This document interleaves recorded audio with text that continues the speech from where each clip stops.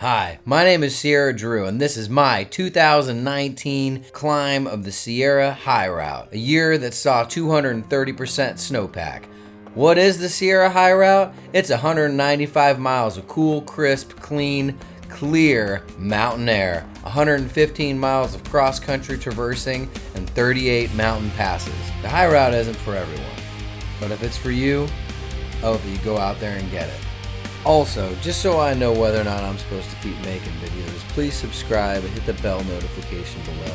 As of this video currently, I have no subscribers, so, well, I guess that's that. Join me as we tackle the high route together. Unbelievable. Hardest thing I've ever done. And I think it's right about here that, yeah, for me we're starting to realize, man, the Bear Lakes and Feather Pass, that was an Elba, that was a hard day. Next morning, got up to Puppet Pass, and the vista, man, the views was just completely stunning. Look at that reflection. Wow. Puppet Lake. We haven't even started up Puppet Pass yet. But look at that. Look at that. What? That is crazy. I've never seen a lake so still. Yeah, right? Look at that. That's nuts. Nuts, I tell you. This is what the high route's all about. This is something you never see normally, so wow. How cool is that? I had a lot of fun going up. Probably some of the most, this is probably the most fun I had on the high route. The best day for me on the high route was probably this day. So I came up over Puppet Pass. Here's the view of Mount Humphreys. The Humphreys Basin. And over there somewhere is Snow Tongue.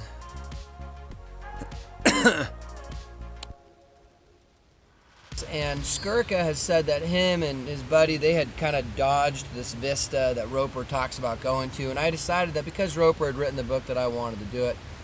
So I went over to the vista, and it was this view of Mount Humphreys. There's Desolation Lake, Mount Humphreys. So this spot is optional. It's the only spot on the high route that Roper recommends, rather than says you kind of got to go this way. Overlooking the entire Humphreys Basin.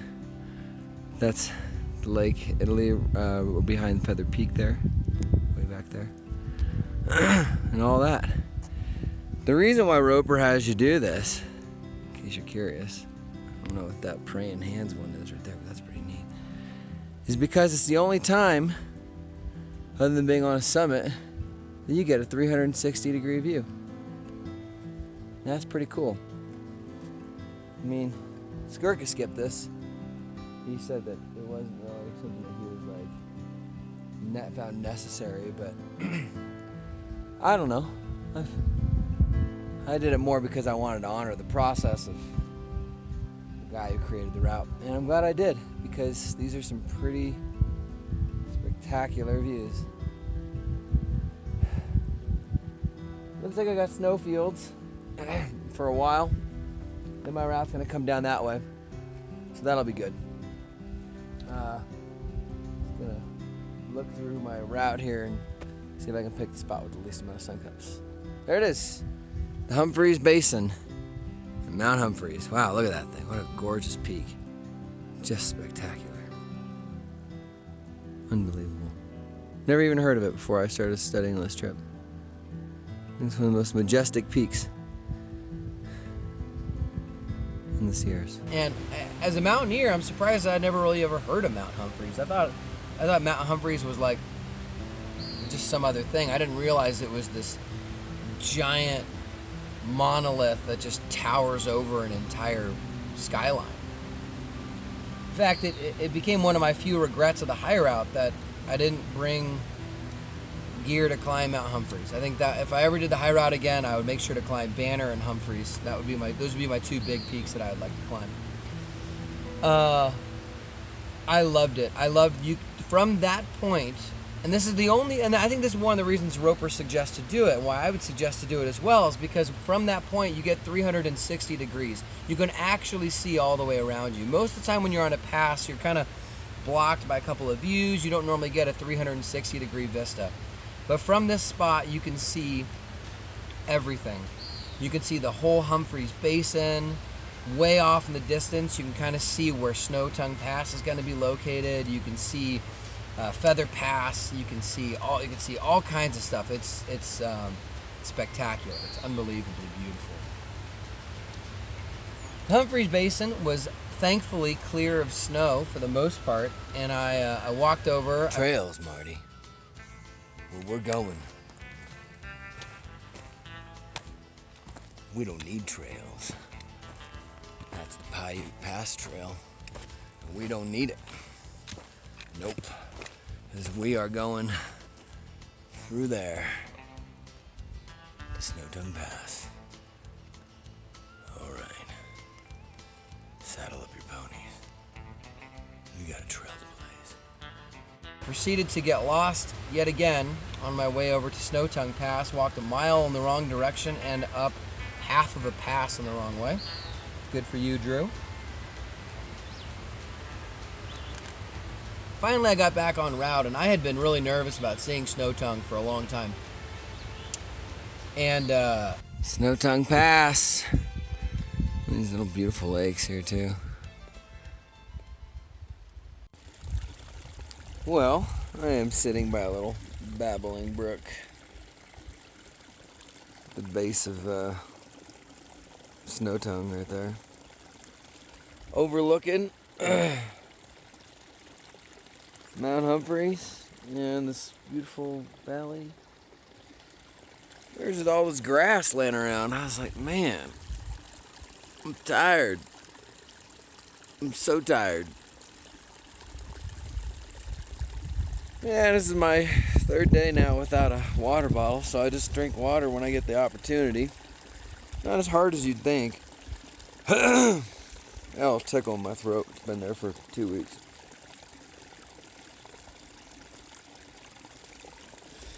Anywho, it's what it looks like to chill on the high route. Man, this is hard. I tell you what, I am 11 or 12 days in, and it is just plain ridiculous. It's like you watch these YouTubers and they're like, and here's me walking. I don't know if they don't say like, here's me getting lost, or, you know, here's me spraining my ankle, or they never seem to report anything bad. Maybe I'm just getting too old for this.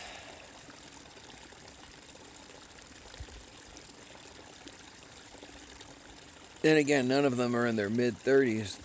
They're usually like 24 or something. Anyway, it was a nice spot to take a break, so I thought I would. There you go. You've now visited me at the bottom of Snow Tongue Pass prior to making the ascent. It was a nice break. And when I saw it in earnest, I just went, wow.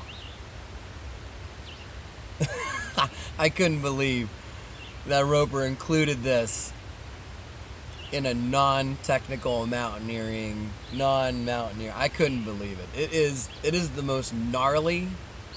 Now they say no mountaineering experience is required for the high route, but if you ask me, climbing that couloir ain't for the faint of heart. I mean, is it technical? No. Is it scary? And if you hadn't done a whole bunch of mountains before this and you just jumped onto this, would you be crapping your brains out? Probably. I'm taking it slow, honestly, because it's gorgeous up here. I mean, this is the creme de la creme of the high route, in my opinion. I mean, the other thing you gotta take into account is the pack weight. So your pack and how your pack's sitting, you know, all that sort of stuff. All crucial, important elements. Really want that pack to be up on you. Anyway, it's exciting. Only about another 300 feet to go, but boy, is it cool. I mean, look at that thing. Wow. That's a gorgeous school. I guess class 3, if you could find a class 3 route, but I found the route to be mostly class 4, maybe class 5-ish. Hilarious to me what some people consider class 3. I love those old school Yosemite guys. Whom Roper, by the way, who invented this thing, is one of them. They call class 3 the craziest stuff. Today's modern world, that thing right there, that ain't anything less than 4 plus, 5.0. I guess maybe it's because I had snow, maybe it's because I'm bad at route finding. I mean, who knows, but what I do know is that I am on the summit. Frozen Lakes Pass. No, I'm not. I'm on the summit of Snow Tongue Pass. That was a beast. No tracks though. No evidence of anything being cut, so looks like I'm still first. Yay.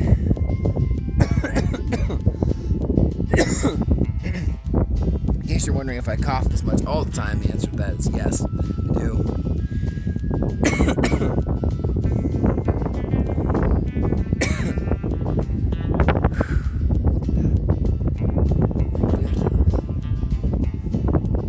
Got Humphreys in the background. Look at this. Wow. Woo!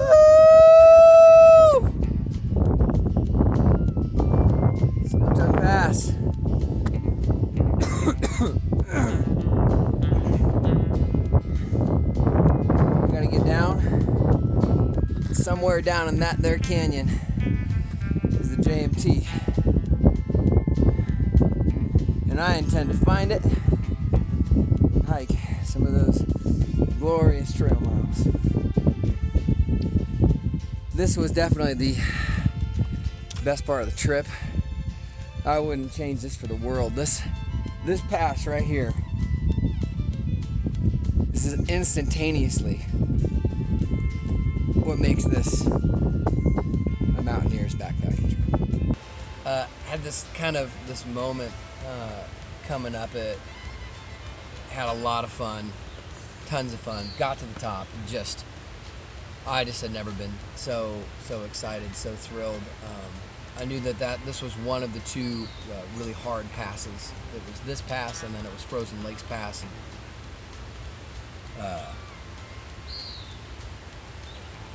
yeah.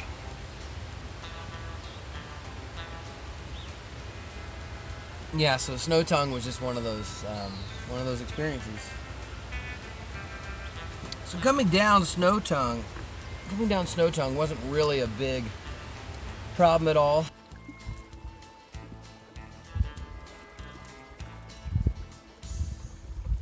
When I lose both of my water bottles, I just pretend I'm Norman Clyde.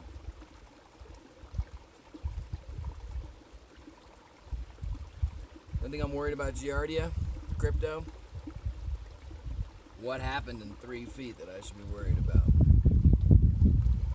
Cheers.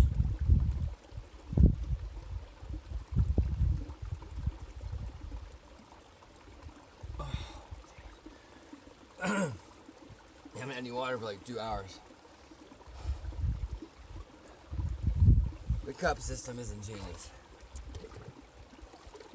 Came down to this lake, oh pretty, and I could see down into the Evolution Valley. For the first time, I had remembered walking through there. On my JMT day, I wound up hiking all the way from, many of you may not believe this, but I hiked from Muir Trail Ranch through the Evolution Valley, over Muir Pass, and all the way down to LeConte Canyon. So it's 30 miles I did in a day. I just wanted to see if I could do it last year. So this year I kind of had a good understanding of what I was going to be going through, because I knew I was going to do the JMT. So I thought, okay, well, this would be great. There's McClear Meadow down there.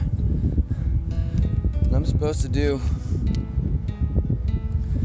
2 miles of bushwhacking. It is really hard to go sideways through swamps and trees and rock bands. It's really tough. That mountain, Mount Godin, something like that. Stunning. And me, well, looks like I've already made it about a mile. Came around that hump a while back, so came over that little guy right there. Not doing too bad, I guess. We'll see. And in Roper's book, he says, make sure you stay high between 10,700 and 11,000 feet.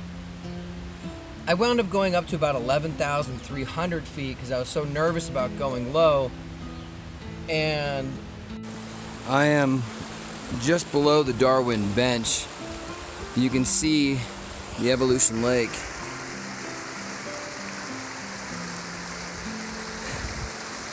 And Muir Hut is right up in there. So big. Yes, I hiked about 800 vertical feet higher than I needed to, but it was kind of worth it to get out of the bugs. And now we just got to get to Evolution Lake and meet up with the JMT right around there. I thought I was like a billy goat or a mountain goat or something. I mean, I spent the whole day on rocks and cliffs, really high, like low, 5'2", like down climbing, up climbing, just bushwhacking and swamps and mosquitoes and bears. Yeah. The 2-mile walk from that lake to the JMT switchbacks is one of the hardest stretches on the entire high route. Yeah, I just jumped that. Crazy.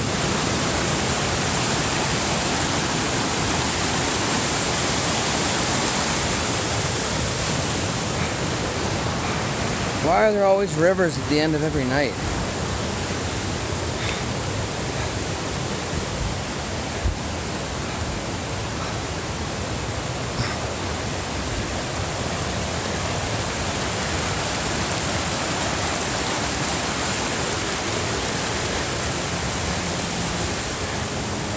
The JMT switchbacks are right after this river stuff.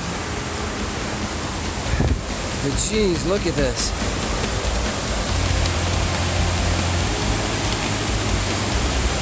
Holy cow.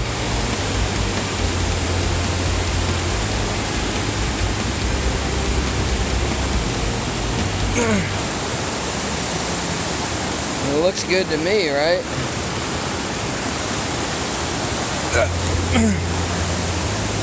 Well, there's half the river. I guess that's the other half.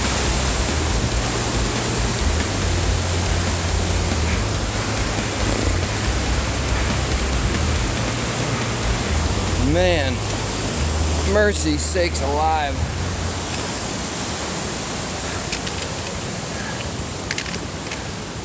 Oh no. Oh no. What are we gonna do about that one? Oh boy. Oh boy. Oh no. Ooh. Oh, I'm shaking. Ooh. Oh. Nah, I'm just kidding. Hopefully, switchbacks are up here soon. So tired.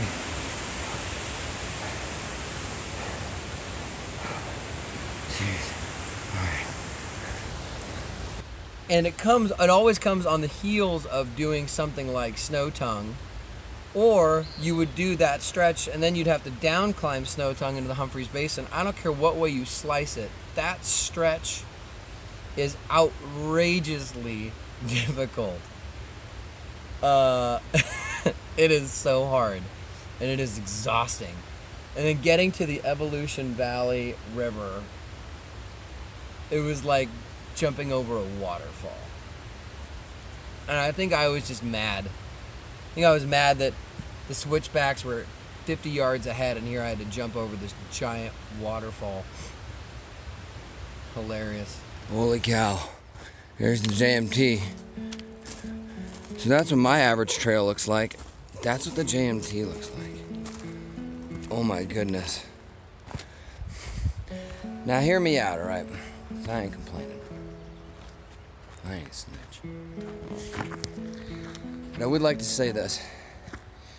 Today I have crossed rivers, what I consider to be class 4 mountain ranges, miles of sun cups and talus, endless miles, it feels like endless miles, of rocks and swamps, mosquitoes, backcountry and bushwhacking.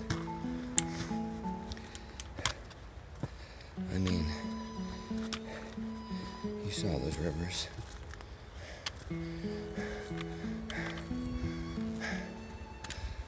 Now I'm on the JMT.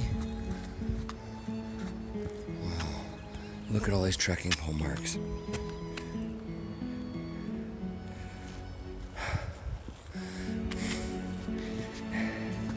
I'm not sure if we've noted this yet, but I am the first person to complete the Sierra High Route this year.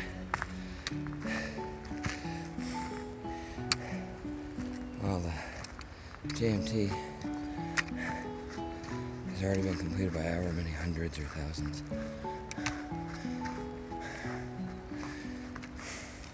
I'm not saying that to compare myself. What I am saying is that if you want the adventure, you gotta know go where no one else goes. Alright, end of lecture. I wound up camping at Evolution, and it was so funny because I hadn't seen anybody except for the 2 guys at Lake Italy. I hadn't seen anybody for about 4 days, 5 days. And so I walked past everybody at Evolution Valley because I probably looked like a grumpy, angry person, I'd imagine. I set up my camp. I jumped in the lake there, and I took a bath. Kind of got all scrubbed up, got clean, and then went over to the first people I saw. I said, "Hey, do you mind if I sit down and have dinner with you?"